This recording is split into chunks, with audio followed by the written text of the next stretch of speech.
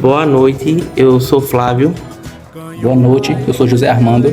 E eu sou Tainá e nós somos alunos do Colégio CESFA e esse é o Pod CESFA. Iremos hoje fazer uma entrevista sobre os povos originários da nossa cidade, Canhoba. E muito antes da cidade de Canhoba ser fundada, ela era populada por povos indígenas, a tribo Cataioba.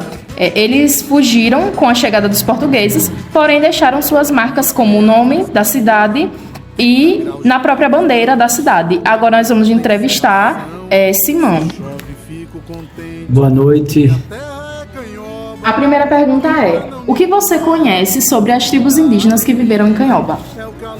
Então, nossos antepassados, a maioria somos descendentes ainda de índios, dos índios Cataioba. Eles viveram aqui no século XVIII, a Baixa do Canhoba, como conhecida hoje, ainda. E a gente ainda encontra muitos vestígios, muitas urnas aqui nos pocinhos, aqui na nossa região, dos índios Cataioba. Na sua opinião, por que é importante sabermos sobre a tribo? É muito importante, Muito importante mesmo, sobre a gente saber da nossa história, da nossa cultura, de onde viemos, é muito importante isso. Por isso tentamos e conseguimos colocar até um índio aqui na praça, o índio Cataioba, para que não se perdesse essa memória do nosso povo, porque nós somos realmente descendentes dos índios Cataioba. Os índios Cataiobas, eles eram mulatos, de cabelos caracolados, não eram lisos. E nós temos aí hoje um índio Cataioba na praça representando o nosso povo, e é muito importante que a gente não perca essa cultura e essa história. Qual é a contribuição dos povos indígenas para a história e a cultura de Canhoba? Então, a cultura de Canhoba, como aliás todo o nosso país, que é um país indígena, a gente tem muita cultura ainda hoje, das casas de farinha, da mandioca, de muitas danças, muita cultura indígena a gente ainda tem no nosso município, e tentando resgatar cada vez mais para que não se perca a nossa história. Simão, para você acha que a cultura desse povo é valorizada em nossa cidade atualmente? Sim, Flávio, ainda, por pouco que seja, a gente ainda valoriza muito a nossa cultura indígena, Nós temos muita coisa ainda deixada pelos nossos antepassados aqui.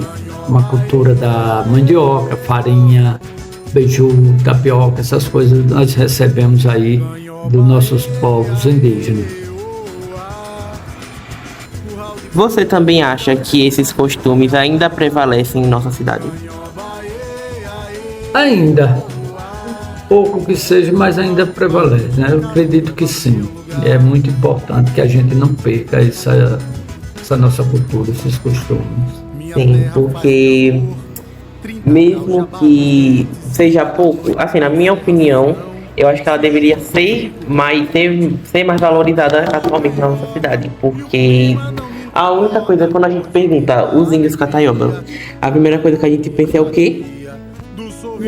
A estátua, mas tirando isso, quase, assim, a maioria das pessoas não conhece muito, sabe? Esse é o problema. E por fim, a última pergunta é: como a escola poderia reviver e relembrar a história dos indígenas em nossa comunidade?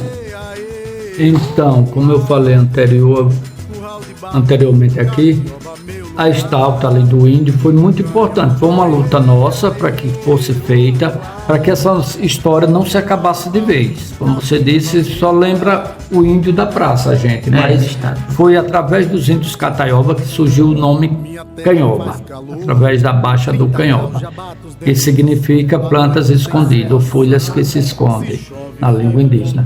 E essa é a nossa importância, para que as escolas não parem, que traga à tona sempre esse assunto para os alunos. Eu lembro quando a gente foi fazer o índio Cataioba, fomos muito criticados por pessoas. Por que fazer um índio? Para que esse índio na praça? Sim. E hoje é o maior símbolo do nosso município, tanto que ele está na bandeira. Foram eles que deram o nome ao nosso município, hoje Canhoba, que antes era Curral de Barro, passou a ser Canhoba por causa dos índios Cataioba. E se a gente analisar as coisas na cidade como o nome de alguns povoados, a bandeira e essas coisas, a gente vê o significado indígena, né, que eles deixaram aqui. Então, Simão, obrigado pela entrevista. Obrigado pela entrevista, por ter, assim, tido um tempo para conversar com a gente sobre esse assunto. Obrigado, Simão. Só eu, obrigada. Obrigado a vocês. Espero que seja de grande importância. Estamos aqui à disposição para que não deixe acabar nossa história e nossa cultura. Certo. Inclusive, a estátua do índio que a gente tem agora em nossa cidade, ela está aqui hoje graças a você, né? Como foi que começou isso? Então, Fábio, a gente corremos atrás. Como eu falei sempre, eu tinha esse sonho, essa vontade de fazer uma estátua com o índio Cataioba, para que lembrasse sempre o nosso povo. E aí corremos atrás, fui atrás do artista plástico, do meu amigo Giba, do Porto da Folha, na época ele estava residindo em Tomás do Geru.